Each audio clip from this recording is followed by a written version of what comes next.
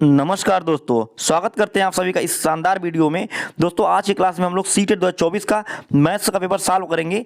दोस्तों अधिकांश देखा गया है कि मैथ्स के पेपर से आप लोग बहुत बच्चे दूरी बना के रखते हैं या इग्नोर कर देते हैं, लेकिन ऐसा बिल्कुल करने की गलती ना करें, क्योंकि मैथ्स का जो सेक्शन होता है काफ़ी ज़्यादा स्कोरिंग होता है और सबसे ज़्यादा नंबर आपको उठाने का काम यही करता है। तो दोस्तों आइए आज पूरे इस वीडियो में हम लोग सीटेट 2024 का मैथ्स का पेपर 2 सॉल्व करेंगे। और दोस्तों ये पेपर 2 और पेपर 1 दोनों के लिए लाभदायक होगा ये वीडियो, तो अच्छे से देखिएगा वीडियो को। आप केवल कुछ फार्मूलाज को अच्छे से याद कर लेंगे तो आप मैथ्स के पेपर में, अगर आप मैथ्स के बहुत पारंगत नहीं तब भी 20 नंबर आराम से पा सकते हैं। अगर थोड़ा मैथ जानते हैं तो 25 प्लस नंबर आराम से आप पा सकते हैं। तो आइए बिना देर के क्वेश्चन स्टार्ट करते हैं और देखते हैं किस तरह का पेपर या किस तरह का लेवल सीटेट में पूछा जाता है। पहला क्वेश्चन देखिए, 3 ब्रांड ABC के पेन क्रमशः 10, 12 और 24 के पैकेटों में क्या है उपलब्ध है।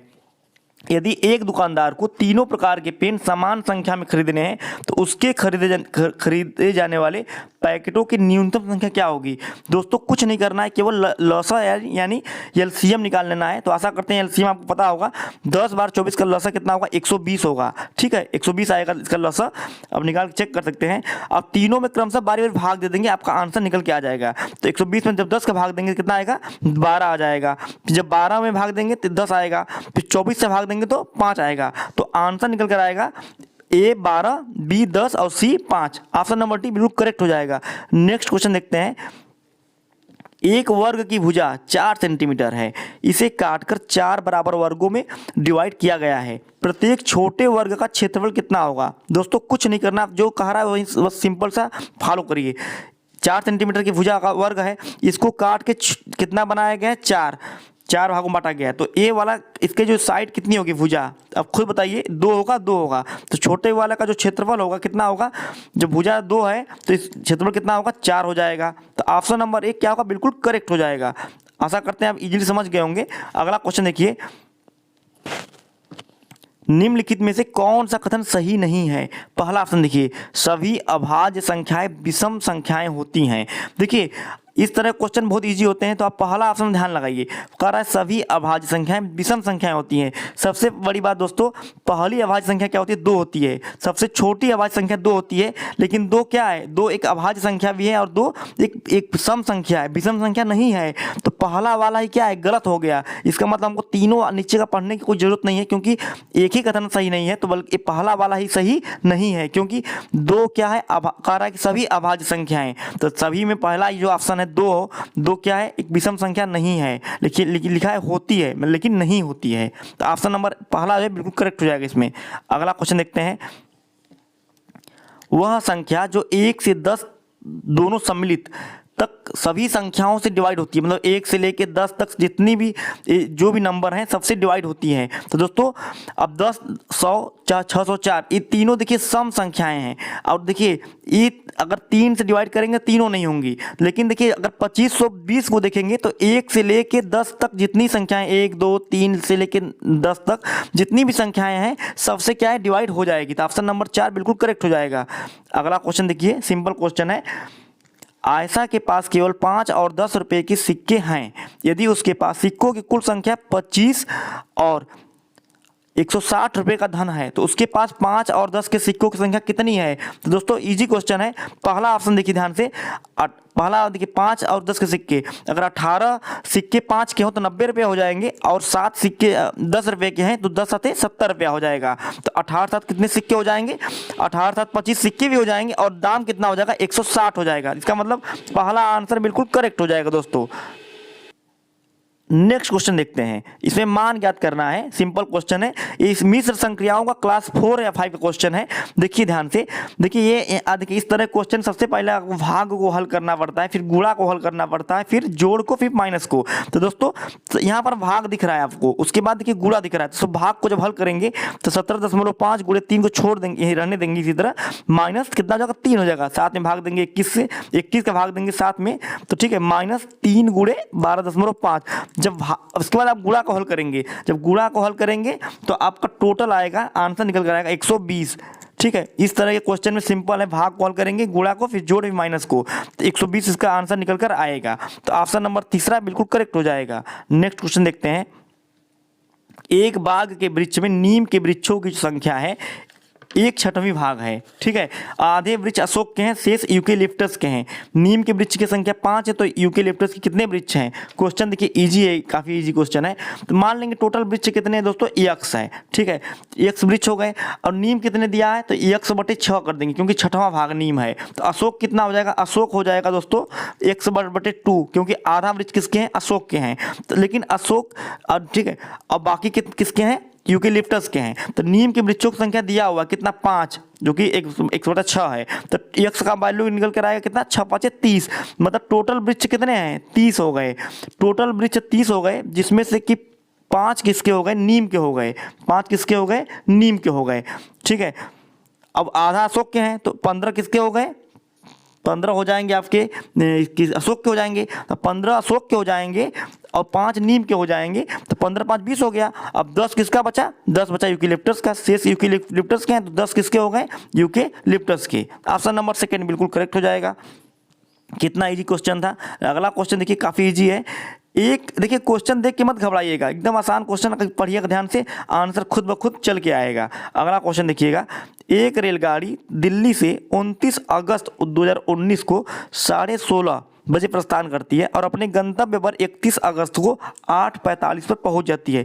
यात्रा में कुल कितना समय लगेगा? दोस्तों याद रखेंगे, रेलवे की जो घड़ी का जो सिस्टम चलता है 24 घंटे का चलता है, क्योंकि वहाँ पर AM PM में यात्री को कन्फ्यूज ना हो, उसका ट्रेन मिस ना हो, इसलिए वहाँ 24 घंटे का सिस्टम लगाते हैं ताकि ईजिली वो समय को एनालाइज कर सके। देखिए 16:30 बजे चलती है, इसका मतलब कि 29 अगस्त के दिन 4:30 बजे चलती है ट्रेन, ठीक है। तो उस दिन ट्रेन कितना चलेगी, 29 तारीख को ट्रेन कितना चलेगी, 29 तारीख को ट्रेन टोटल चलेगी 4:30 5, देखिए टोटल 7.5 घंटा ट्रेन सफ़र की 29 तारीख को दिन, ठीक है।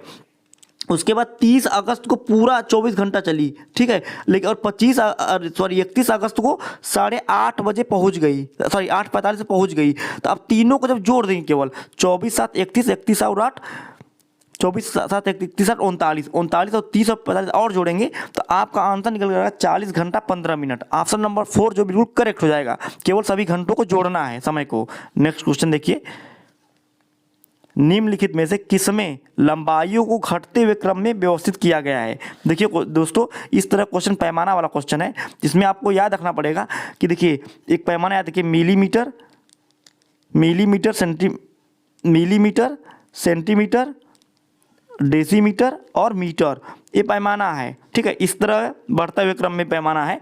तो आप इसको जब अरेंज करेंगे तो देखिए घटते हुए क्रम में, मतलब पहले बड़े से छोटे की तरफ बताना है। तो ऑप्शन नंबर 4 देखेंगे तो एकदम एग्जैक्ट सही हो जाएगा। देखिए 8500 mm दिया है, उसके बाद 80 डेसीमीटर 8 सेंटीमीटर, इसका मतलब क्या है, 80 डेसीमीटर 8 सेंटीमीटर, इसका पूरा मतलब निकल कर आएगा 8080 मिलीमीटर। आप कन्वर्ट कर सकते हैं पैमाने के माध्यम से। देखिए 80 डेसीमीटर का मतलब हो जाएगा 8000 मिलीमीटर, ठीक है। 100 का गुणा कर देंगे यहाँ पर, क्योंकि देखिए इकाई दहाई सैकड़ा का फर्क है। इसी तरह जब सबको अरेंज करेंगे तब पाएंगे कि ऑप्शन नंबर 4 बिल्कुल करेक्ट हो जाएगा। इसमें आगे बढ़ते हैं, नेक्स्ट क्वेश्चन देखते हैं।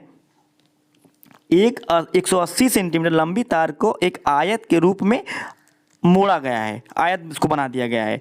तो आयत की चौड़ाई 30 है, तो लंबाई क्या करना है, तो देखिए इसी तार को मोड़ के बनाया गया आयत, इसका मतलब इसकी जो परिधि कितनी होगी, 180 सेंटीमीटर होगी। तो आयत की परिधि कितनी होती है, 2 गुणे लंबाई प्लस चौड़ाई, यही ना होता है आयत की परिधि बराबर 180। क्यों 180, क्योंकि इसकी परिधि यही है, क्योंकि इसी तार से मोड़ के आयत बनाया गया है। तो परिधि माने कुल दूरी, ठीक है। और लंबाई देखिए, चौड़ाई दिया हुआ है, चौड़ाई कितना है, 2 से काट देंगे 90 आ जाएगा। चौड़ाई कितना दिया है, 30 दिया हुआ है। तो यल प्लस, तो यल का मान कितना आ जाएगा, 90 में जब इधर घट जाएगा तो आ जाएगा 60, तो यल का मान कितना आ जाएगा, 60 सेंटीमीटर। ऑप्शन नंबर 2 बिल्कुल करेक्ट हो जाएगा। आगे देखते हैं, काफ़ी इजी क्वेश्चन है सब। इसके बाद देखिए पेडागोजी का क्वेश्चन आ गया मैथ्स के, ठीक है। आधे क्वेश्चन 15 क्वेश्चन आपको पेडागोजी के मिलेंगे मैथ्स के, और आधे क्वेश्चन मिलेंगे आपको सॉल्व करने के, न्यूमेरिकल प्रॉब्लम मिलेंगे। अगला क्वेश्चन देखिए, कक्षा सेकेंड के छात्रों को 44 लिखने के लिए कहा गया, तो कुछ ने 404 लिख दिया। अध्यापक के रूप में आप इसको कैसे संबोधित करेंगे या हल करेंगे? देखिए उनकी कापियों में सही उत्तर लिखेंगे। ऑप्शन सेकेंड, उन्हें मूर्त पदार्थ से विनिमय नियम समझाएंगे। तो 4 ऑप्शन आप पढ़ेंगे सही से तो आपको पता चलेगा कि जब उन्हें मूर्त पदार्थ से विनिमय नियम समझाएंगे, मतलब जो उनको सही क्या कहते हैं इकाई और दहाई का सही ज्ञान जब वो जैसे कराएंगे, बताएंगे कि 1 का मतलब क्या होता है, 10 का मतलब क्या होता है, तो भी मूर्त पदार्थ से, कंकड़ पत्थर मतलब से बताएंगे, तब उनको समझ में आएगा एक्चुअल उनकी प्रॉब्लम क्या हो रही है। तो ऑप्शन नंबर सेकंड इसका बिल्कुल करेक्ट हो जाएगा। अगला क्वेश्चन देखेंगे, गणित के प्राथमिक पाठ्यक्रम में प्रतिचित्रण, इसकी अंग्रेजी याद करिए मैपिंग, परिचय देने का मुख्य प्रयोजन क्या है। अगर प्रतिचित्रण के बारे में अगर गणित के विषय में दिया जा रहा है, इसका मतलब क्या निकल कर आएगा। देखिए ध्यान से पढ़िएगा चारों ऑप्शन। त्रिविम विचार क्षमता को प्रोत्साहन देना, बिल्कुल एक करेक्ट आंसर है। अनुपातिक विवेचन को प्रोत्साहन देना, इसका मतलब यहाँ अनुपातिक या रेशियोस नहीं है। विषय को सरल और रुचिकर बनना, ये भी करेक्ट हो जाएगा। संख्याओं की निरस्तता को समाप्त करना, देखिए मैपिंग की बात की जाए तो ए और सी बिल्कुल करेक्ट आंसर निकल कर आएंगे इसमें से। अगला क्वेश्चन देखते हैं, एनसीएफ 2005 के अनुसार निम्नलिखित में से कौन सा विषय प्राथमिक विद्यालय में गणित पाठ्यक्रम का भाग नहीं है। एनसीएफ 2005 की अगर बात की जाए तो इसमें चौपट, टाइलिंग, सममिति, सिमेट्री और पैटर्न तीनों दिया गया है, लेकिन अनुपात की कहीं पर भी बात जिक्र नहीं किया गया है। ऑप्शन नंबर डी जो है चौथा, रेशियो, इसमें शामिल नहीं है। अगला क्वेश्चन देखते हैं, सूत्र का प्रयोग किए बिना अध्यापक जो है निम्नलिखित में से किन साधनों अथवा शिक्षण अधिगम सामग्री का प्रयोग यह दर्शाने के लिए कर सकता है कि विभिन्न आयामों वाले 2 आयतों का क्षेत्रफल समान हो सकता है। देखिए अगर 2 आयत हैं, उनका क्षेत्रफल आपको समान दिखाना है, आयत ए और आयत बी, ठीक है, पैमाना का उपयोग नहीं करना, साफ साफ कह रहा है। तो अब किस माध्यम से कर सकते हैं, पैमाना नहीं करना है, ग्राफ पेपर, धागा, टाइल्स, पैमाना। देखिए तो सूत्र का प्रयोग नहीं करना, तो अगर हम ग्राफ पेपर और टाइल्स के माध्यम से भी दिखा सकते हैं कि दोनों का आयतन समान है, तो बी और डी बिल्कुल करेक्ट हो जाएगा। ऑप्शन नंबर बी और डी इसका ऑप्शन नंबर सेकंड करेक्ट हो जाएगा। नेक्स्ट क्वेश्चन देखते हैं, निम्न में से गणित में उपलब्धि कम होने का क्या कारण हो सकता है। लिंग मतलब जेंडर, दूसरा सामाजिक सांस्कृतिक पृष्ठभूमि, तीसरा गणित का स्वरूप, चौथा व्यक्ति की स्वाभाविक क्षमता। देखिए गणित में उपलब्धि के कम होने का जो मेन रीजन हो सकता है, इसमें सामाजिक सोशियो कल्चरल बैकग्राउंड हो सकता है। बच्चा जिस बैकग्राउंड से आ रहा है, उसकी क्या बैकग्राउंड है, गणित वहाँ पर गणित के प्रति कैसी रुचि लोगों की है, ठीक है। तो ऑप्शन नंबर सेकंड बिल्कुल करेक्ट हो जाएगा। जेंडर कभी नहीं कहेंगे क्योंकि ये तो भेदभाव हो गया। अब ऐसा सही भी नहीं है कि ऐसा नहीं कर सकते कि लड़के तेज होते हैं गणित में, लड़कियां पीछे होती थी, इस तरह का नेगेटिव टर्म तो आपको छूना ही नहीं है, ठीक है। आगे देखते हैं अगला क्वेश्चन। अगला क्वेश्चन है, यह समझाने के लिए कि 1/4 1/3 से छोटा है, निम्नलिखित में से कौन सी योजना सबसे अधिक उपयुक्त है। दोस्तों समझाने के लिए तो एलसीएम का प्रयोग भी हम कर सकते हैं इजीली, कागज की पट्टियों का प्रयोग कर सकते हैं, डाइन्स ब्लॉक का कर सकते हैं, संख्या चार्ट कर सकते हैं। लेकिन बात की जाए अगर प्राइमरी स्तर की, तो सबसे अच्छी विधि अगर कोई होगी तो कागज की पट्टियों का प्रयोग करके हम उनको समझा सकते हैं। किसी कागज को हम 1 बराबर कागज लेंगे, उसको 1/3 भाग में बांट के दिखाएंगे और उसके उसी कागज को हम 1/4 भाग को काट को दिखाएंगे बच्चों को। तो बच्चा आपने आंख से देखेगा कि 1/3 वाला बड़ा है कि 1/4 वाला बड़ा है, वो इजीली उसको समझ सकता है, ठीक है। नेक्स्ट क्वेश्चन देखते हैं, प्राथमिक कक्षाओं में बच्चों को गणित पढ़ाने के लिए बनाई जाने वाली पाठ्य योजना का निम्नलिखित में से कौन सा अति महत्वपूर्ण पहलू है। तो दोस्तों चारों ऑप्शन को जब रीड करेंगे तो पाएंगे ऑप्शन नंबर सेकेंड, गणितीय संकल्पनाओं को संरचनात्मक ढंग से प्रस्तुत करना, ये बिल्कुल करेक्ट आंसर निकल कर आएगा। अगला क्वेश्चन देखते हैं, निम्नलिखित में से किसे संरचनात्मक या रचनावादी गणितीय कक्ष का लक्षण नहीं माना जा सकता है। देखिए ध्यान से पढ़ेंगे क्वेश्चन नंबर 48। तो तीसरा ऑप्शन जो पढ़िएगा, प्राथमिक स्तर पर आकलन के लिए विषय परक परीक्षा उपयोग किया जाना। क्वेश्चन नंबर 48 का ऑप्शन नंबर 3 बिल्कुल करेक्ट हो जाएगा, ठीक है। जब चारों ऑप्शन को रीड करिएगा तो अब तीसरा इसको में करेक्ट हो जाएगा। अगला क्वेश्चन देखिए, निम्नलिखित में से कौन से कथन की सहमति गणित के संरचनात्मक या रचनावादी दृष्टिकोण से की जा सकती है। देखिए चारों ऑप्शन को जब रीड करेंगे तो पाएंगे कि चौथा ऑप्शन जो है मानस दर्शन गणित का महत्वपूर्ण पहलू है। देखिए विजुअलाइजेशन करेंगे तो आप इसका मतलब किसी चीज़ को विजुअलाइजेशन कर रहे हैं तो आप अपने दिमाग में चीज़ों का विचार कर रहे हैं, इसका मतलब कि आपका जो है रचनावादी दृष्टिकोण विकसित हो रहा है, संरचनात्मक दृष्टिकोण गणित के प्रति उसका विकास हो रहा है। ऑप्शन नंबर 4 करेक्ट हो जाएगा इसमें। अगला क्वेश्चन है, निम्नलिखित में से कौन सा क्रियाकलाप बच्चों में त्रिविमीय समझ को विकसित करने के लिए अधिक उपयुक्त है। त्रिविमीय का मतलब समझ रहे होंगे दोस्तों, जहाँ पर मतलब कि क्या कहते हैं अंडरस्टैंडिंग, स्पाटियल अंडरस्टैंडिंग विकसित हो रही है, लंबाई चौड़ाई ऊंचाई सबके बारे में एक विचार उसका अंदर डेवलपमेंट हो रहा है कॉन्सेप्ट का। तो दोस्तों इसमें से क्वेश्चन 50 में पहला ऑप्शन देखिए, बोतल के ऊपरी दृश्य को चित्रित करना। ये ड्राइंग करवाएंगे अगर टॉप व्यू को बोतल के, तो उसके अंदर एक प्रकार से देखिए ऐसे करके आएगा ना, एक क्या करते हैं इसमें आपको लंबाई चौड़ाई ऊंचाई तीनों आपको वहां पर देखने को मिलेगा वहां पर, ठीक है। अगला क्वेश्चन है, गणित के अधिगम के संबंध में निम्नलिखित में से क्या सही नहीं है। तो जब चारों ऑप्शन को आप रीड करेंगे अच्छे से क्वेश्चन नंबर 51 में, तो आप पाएंगे कि पहला ऑप्शन देखिए, गणित में उत्कृष्ट प्रदर्शन की प्रतिभा स्वाभाविक होती है, ये बिल्कुल सही नहीं है। देखिए किसी भी विषय में उत्कृष्ट प्रदर्शन की प्रतिभा होती है, स्वाभाविक नहीं होती है, इसको सीखना पड़ता है, स्किल लेना पड़ता है, तो जन्मजात कभी भी नहीं होता है। तो आपको पहला ऑप्शन बिल्कुल गलत हो जाएगा, ठीक है। नेक्स्ट क्वेश्चन देखते हैं, निम्नलिखित शाब्दिक समस्या के प्रकार को पहचानिए। मेरे पास 6 पेंसिल है, मनीष के पास मेरे से 2 अधिक है, मनीष के पास कितनी पेंसिल है। तो मनीष के पास तो सिर्फ 8 पेंसिल हो जाएगा, ठीक है। लेकिन ये क्या है, तुलनात्मक जमा है, तुलनात्मक घटा है, व्यकलित जमा या व्यकलित घटा है। तो आपको बताना है कि क्वेश्चन किस प्रकार का है। तो यह क्वेश्चन तुलनात्मक जमा है। देखिए पहली बात तो हमारे और मनीष के बीच में एक कंपैरिजन हो रहा है, मतलब कंपैरिजन के होने के साथ साथ अब एडिशन भी करना पड़ रहा है। मेरे पास 6 है, मनीष के पास 8 है, तो 6 + 2 करेंगे तो 8 हो जाएगा। तो तुलनात्मक भी हो रहा है लेकिन एडिशन भी साथ साथ चल रहा है इसमें, ठीक है। अगला क्वेश्चन देखते हैं, हिंदू अरबी गणना प्रणाली के लिए निम्नलिखित में से कौन सा सही नहीं है। देखिए दोस्तों ऑप्शन नंबर 3 ध्यान दीजिएगा, इसमें आधार 2 की प्रणाली का पालन किया जाता है। जी बिल्कुल ये गलत है, सही नहीं है, क्योंकि हिंदू अरबी अगर गणना प्रणाली की बात की जाए तो यहाँ पर आधार 10 लिया जाता है। आधार 10 का मतलब क्या है, 0 से लेके 9 तक, 1 2 3 4 मतलब 9। तो ये आधार कितना संख्या है, 10 संख्याएं होंगी। तो यहाँ पर आधार क्या होता है, 2 नहीं होता बल्कि 10 होता है। ऑप्शन नंबर 3 जो है बिल्कुल इस बारे में गलत है, ठीक है। नेक्स्ट क्वेश्चन देखते हैं, प्राथमिक स्तर पर ज्यामिति के अध्यापन के लिए क्या वांछनीय प्रक्रिया होनी चाहिए। तो 54 का जब सारा आंसर रीड करेंगे आप पाएंगे कि ऑप्शन नंबर जो 3 है करेक्ट हो जाएगा। बच्चों को प्रचुर अवसर दिए जाने चाहिए कि वे दिक् स्थान की अंतर्दृष्टि समझ को डेवलप कर सकें। इस तरह का जो आंसर है आपको देना चाहिए जहां पर कॉन्सेप्ट बच्चों के अंदर विकसित हो। अगला क्वेश्चन देखते हैं, निम्नलिखित में से क्या गणितीय तर्कड़ा का सूचक है। क्वेश्चन नंबर 58 कह रहा है 55।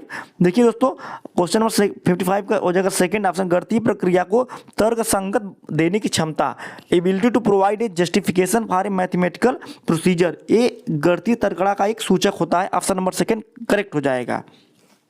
अगला क्वेश्चन देखिए इस चार्ट दिया हुआ चार्ट में टमाटर, आलू, गाजर, लौकी, मिर्च, नींबू सबका क्या रेट लिखा हुआ है। जैसे 1 किलो आलू का दाम, टमाटर का दाम 40 रुपया, 2 किलो का 25 रुपया। तो देखिए संजय ने आधा किलो टमाटर, 1 किलो आलू, आधा किलो गाजर, 250 ग्राम मिर्च, 6 नींबू खरीदा। तो उसने बिल को 200 रुपये का नोट दिया, कितने रुपये वापस मिलेंगे। तो आप कुछ नहीं करेंगे दोस्तों, इस चार्ट के माध्यम से आप पहले आधा किलो टमाटर, आलू, गाजर, 250 ग्राम मिर्च, 6 नींबू का दाम निकाल लेंगे। तो जब दाम निकालेंगे तो पाएंगे कि 112.5 रुपया आ रहा है। टोटल कितना आ रहा है, 112.5 रुपया आ रहा है। अब 200 रुपये का बिल दिया संजय ने, तो 200 में से माइनस कर देंगे केवल। जब माइनस कर देंगे तो आंसर निकल कर आएगा 87.5 आंसर निकल कर आ जाएगा। इजी क्वेश्चन है, ठीक है। अगला क्वेश्चन देखते हैं, मैं दो अंकों की एक संख्या हूं, दहाई के स्थान पर अंक और इकाई के स्थान पर अंक क्रमिक अभाज्य संख्याएं, अंकों का योग 3 और 4 का गुणज है। तो संख्या क्या है, तो ऑप्शन नंबर पहला एकदम करेक्ट हो जाएगा। ये 2 अंक की संख्या 57 हो जाएगी, दहाई का अंक कितना हो जाएगा 5 हो जाएगा, और इकाई का अंक कितना हो जाएगा 7 हो जाएगा। दोनों क्रमिक अभाज्य संख्याएं, 5 के बाद 7, ये दोनों क्या है क्रम से आती हैं और दोनों अभाज्य संख्याएं हैं। अंकों का योग जो है 12, 3 और 4 दोनों क्या है, तीनों से एक कटता है, एक उसका गुणज है, ठीक है। तो ऑप्शन नंबर पहला बिल्कुल करेक्ट हो जाएगा, ठीक है। अगला क्वेश्चन देखिए काफ़ी इजी है। एक रेलवे स्टेशन पर कार पार्किंग की दर लिखी गई है, ठीक है। अब दर को अच्छे से रीड कर लेंगे। तो राजीव ने अपनी कार को 7 बजे सुबह पार्क किया और उसी दिन ही लेने वो 4:30 बजे गया, तो आपको कितने रुपये उसको चार्ज देना पड़ेगा। तो देखिए दर जो है घंटे के हिसाब से लिखी गई है। तो सबसे पहले राजीव को देखेंगे कितना टाइम वो पार्क किया रहता है। तो 7 बजे सुबह से लेकर 4:30 बजे जब ऐड करेंगे तो 5 घंटे में दोपहर हो जाएगा, फिर 4.5 घंटा और, मतलब कि राजीव ने टोटल 9.5 घंटे कार को पार्क किया, 9.5 घंटे। तो 9.5 घंटे इसमें आएगा, तो 8 घंटे से ऊपर और 12 घंटे तक उसको 150 रुपये देना है। इसका मतलब कि राजीव को टोटल 150 रुपये पे करना पड़ेगा टोटल 9.5 घंटे के लिए। अगला क्वेश्चन देखते हैं, आरोही क्रम में व्यवस्थित करने पर निम्नलिखित में से कौन सी संख्या तृतीय स्थान पर होगी। आरोही क्रम माने बढ़ते हुए क्रम में। तो सबसे छोटा कौन सा लिखेंगे 0.77। उसके बाद क्या लिखेंगे 7.007। ध्यान से देखेंगे इसमें, ठीक है। तो उसके बाद तीसरा क्या रहेगा 7.07। अब लास्ट क्या बचा 7.7, ये चौथा हो जाएगा। तो तीसरा क्या हो जाएगा दोस्तों 7.07। ऑप्शन नंबर तीसरा ये बिल्कुल करेक्ट हो जाएगा इसमें। इस वीडियो का लास्ट क्वेश्चन पूछ रहा है, एक 5 अंकों की संख्या में दहाई का जो स्थान है 8 है। इकाई के स्थान का अंक दहाई के स्थान के अंक का 1/4 है। हजार के स्थान का जो अंक होगा 0 है। 100वें स्थान का जो अंक होगा सैकड़ा वाला इकाई के स्थान का दुगुना होगा। देखिए 10वें हजार का स्थान जो है इकाई के संग तिगुना संख्या क्या है। तो ये बहुत ही इजी क्वेश्चन है। इसमें आप जैसे जैसे कह रहा है तो पाएंगे कि चौथा जो ऑप्शन है बिल्कुल करेक्ट हो जाएगा, ऑप्शन नंबर 4, ठीक है। ज़्यादा दिमाग से नहीं लगाना है, जैसे जैसे कह रहा है आप पाएंगे कि ऑप्शन नंबर 4 बिल्कुल करेक्ट हो जाएगा। दोस्तों वीडियो कैसा लगा कमेंट करके बताइएगा। वीडियो अच्छा लगे तो लाइक सब्सक्राइब करिए। मिलते हैं नेक्स्ट वीडियो के साथ, तब तक के लिए जय हिंद जय भारत।